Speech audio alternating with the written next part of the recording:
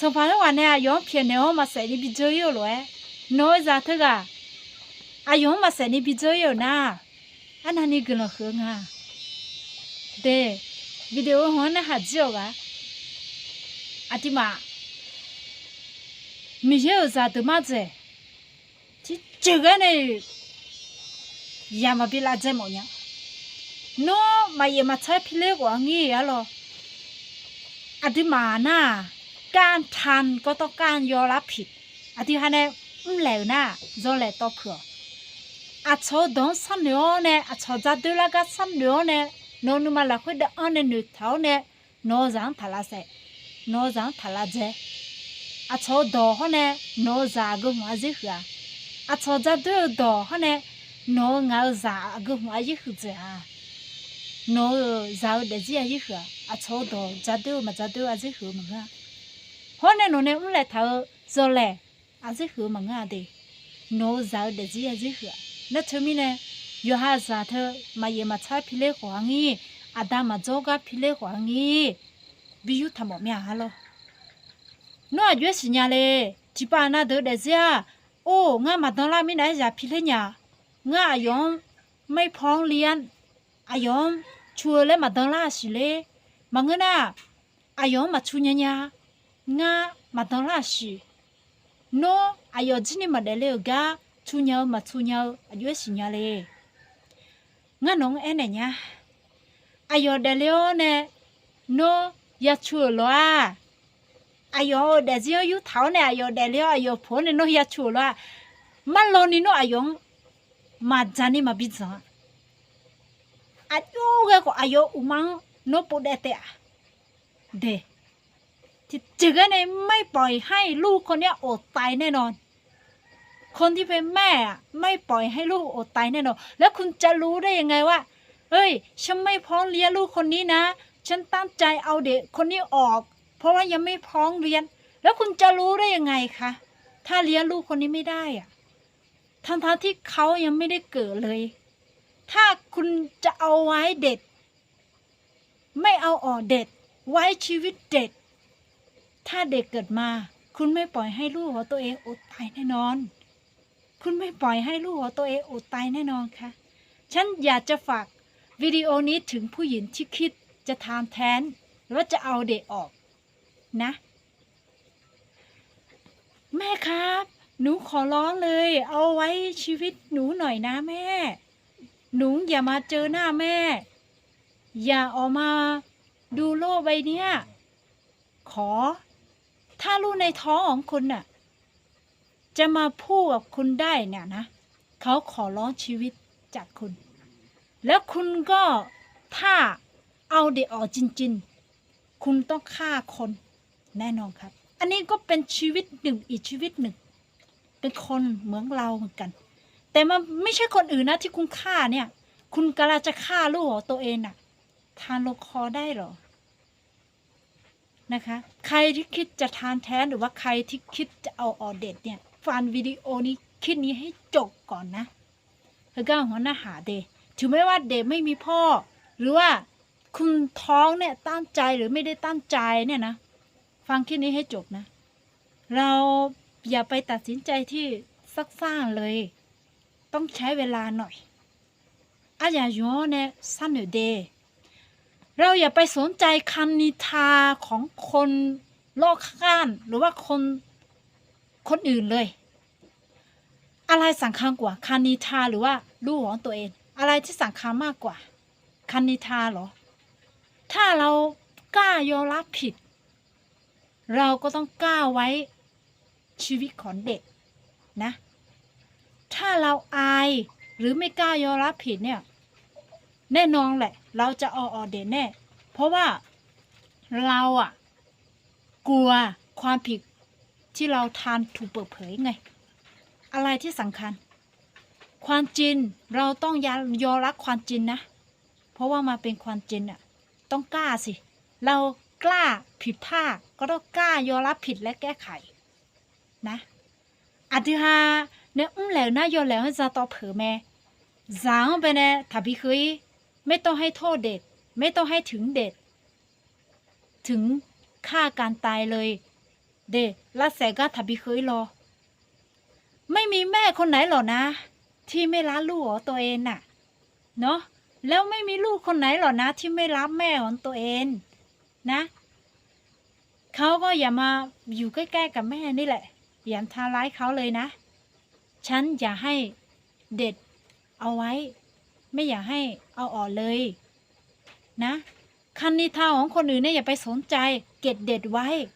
ถึงแม้ว่ามีพ่อหรือไม่มีพ่อไม่เป็นไรนะสมัยเนี้ยเราอะข้อได้โดยที่ไม่มีพ่อเลยไม่เป็นไรข้อได้จ้านะฮัลโหลข้อได้เลยอินเนอร์อาคาซาเท่านั้นโอ้อาตามาจมีอย่าเพี้ยนในมาผัวโอ้อาตามาบ่มีอย่าเพี้ยนในมาผัวแล้วอย่าพี่เลี้ยวนะอยู่ห้ามามอมาอย่าก็อย่าใจอย่าต้องใจอย่าผูใจแม่สมัยเนี้ยไม่ต้องทำแบบนี้หรอกนะเราข้อลูกได้เลยไม่เป็นไรอย่าไปยึดถือคำโบราณเก่าๆที่คนเฒ่าคนแก่คนสมัยโบราณเขาทางกันมาโอ้อาหัวชมชเอ้ยเด้อถ่ายยึดติเด้จริงๆมันง่ายอาตาจอกมาจอกโนชูญาเมโนผู้ญาเมโนชูญาเมชอสะดอทบ่โนซาเมโนผู้เนี่ยชัวสวาบังที่ไงมาบังเด้เฮ้ยเนี่ยไปโบราณนู่นเนื้อไม่ต้องยึดติดนะสมัยเนี้ยอะไรก็เปลี่ยนแปลงต่างไปต่างเวลาแหละอย่าเราพาเราหรืออยู่จีนพาเราจีเป็นอยู่สักค่ะนั่นใช่ไหมเนี่ยโนเด็กสิหลักคน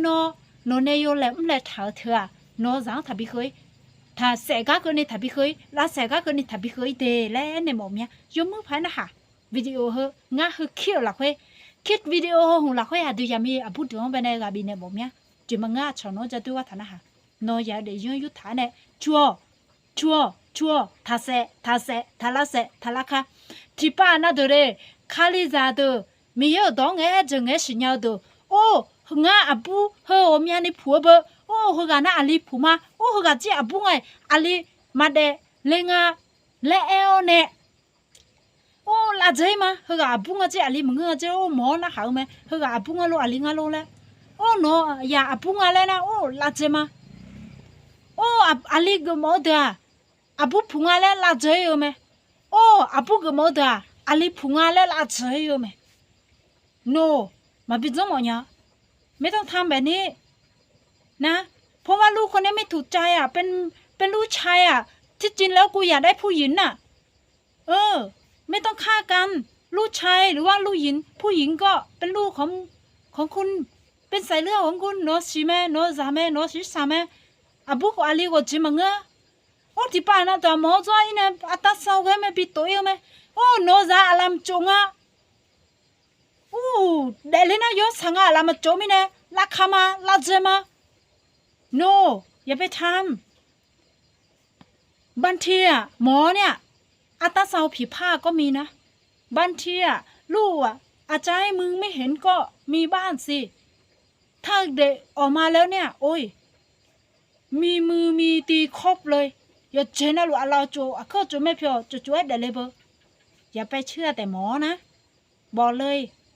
หมอแต่ก็มาจงยาเลยยุสมัยน่ะเลยยุเท่าเกิดจีกว่างี้ลามาโจงี้นะปะมาโจงี้ขึ้นมาโจงี้ชัว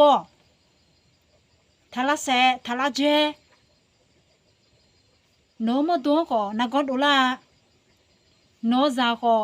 โนไม่เพียวมอแม่โนก็โนไม่เพียวมอแม่นะฉันฝากถึงผู้หญิงทุกคนในวิดีโอคลิปนี้ใครคิดจะทานแท้งใครคิดจะเอาออเด็ดดูวิดีโอคลิปนี้ให้จบนะคะ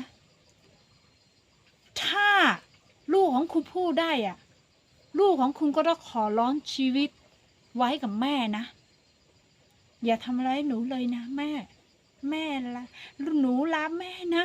อย่ามาเจอหน้าแม่น่ารักเลยเอาไว้ชีวิตของลูกนะแม่นะ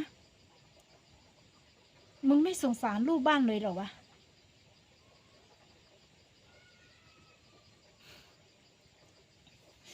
พูดถึง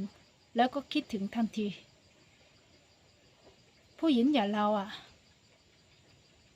ต้องกล้าทางก็กล้ายอมรับผิดสิอย่าไปสนใจคำพูดคนนิทาเลยนะ ชดจะตัวก็มานะหันนี่น้อจะเดี๋ยวจะอยู่เท้าเนี่ยชูเดน้อก็เลยจะแต่ที่จะมังงะหรอชดจะตัวก็น้อจะเดี๋ยวจะร้อยมาเผื่อมันไม่มีคุณค่าเลยคุณค่ามากที่สุดคือชีวิตลูกมึงน้อจะเดี๋ยวจะเธออะเผื่อบ่อะชอบดอน้องจะตัวเดินนำเชเดนัดชมิเนี่ยยมึงน่าหาวเนี่ยโยกคนนี้โน่ท้องลูกคนเนี้ยจะตั้งใจหรือไม่ได้ตั้งใจก็ตามช่างมันเถอะถึงแม้ว่าคันเนี้ยไว้เป็นบทเรียนแล้วก็เพราะว่าผิดพลาดไงแล้วผิดพลาดของคุณเนี่ยอย่าไปลงที่ลูกเลยนะอย่าไปฆ่าลูกเลยเดโนความผิดพลาดเนี่ยไว้เป็นบทเรียนแล้วกันนะแล้วก็อย่าทำอะไรลูกเลยนะเก็บไว้เถอะเก็บไว้ชีวิตลูกอีกชีวิตหนึ่งเขาคือชีวิตถ้าแม่ของคุณเนี่ยกำลังท้องคุณอยู่นะและเขาคิดจะทำแทนและเขาคิดจะทำร้ายเขาคิดจะเอาคุณออกไปเนี่ยนะคุณจะมาเจอแม่จะได้มาเจอหน้าแม่หรอแล้วจะได้มาดูโลกใบเนี้ยมาเป็นยังไงหรอเหมือนกันนะลูกของคุณก็เหมือนกันเขาก็อย่ามาเจออย่ามาเรียนรู้ทุกอย่างที่บนโลกใบเนี้ยนะคะขอให้ทุกคนโชคดีนะขอให้ทุกคนคิดดีๆแล้วก็ไปเอาออกนะคิดทบทวนคิดทุกอย่างเลยนะฉันไม่ได้สนับสนุนที่การเอาออกเด็ดการฆ่าคนนะยมมือผ่านเหนือเนี่ยสัตว์เหนือเนี่ยมินะจ่าเจมาตีนี่นะงาจะมาบิลาเสมอเดบิชูหมอมีอะฮัลโหลงาฮกะกับบิวมังเกจะลาจ่อเลยบิวมังเกจะทาลาเจทาลาเสเลยมีเยอะๆดอกดอกคนละช่วงทัศน์ท่าเห็นว่าอยากจะขณะช่วงเสียช่วงเปียนัดชมิเนี่ยฮกะก็ฮอดีคาลียาละคนมาโยกานะรู้เดี๋ยวสิละคนมาคาลียังงี้มาบิปิละหมดเนี่ยนัดชมิเนี่ยมือพาสันเหนือเนี่ยวิดีโอหัวหอจิโอเนี่ยโอ้เนี่ยสันเหนือเนี่ยหนูปุ่นหนูพักเด้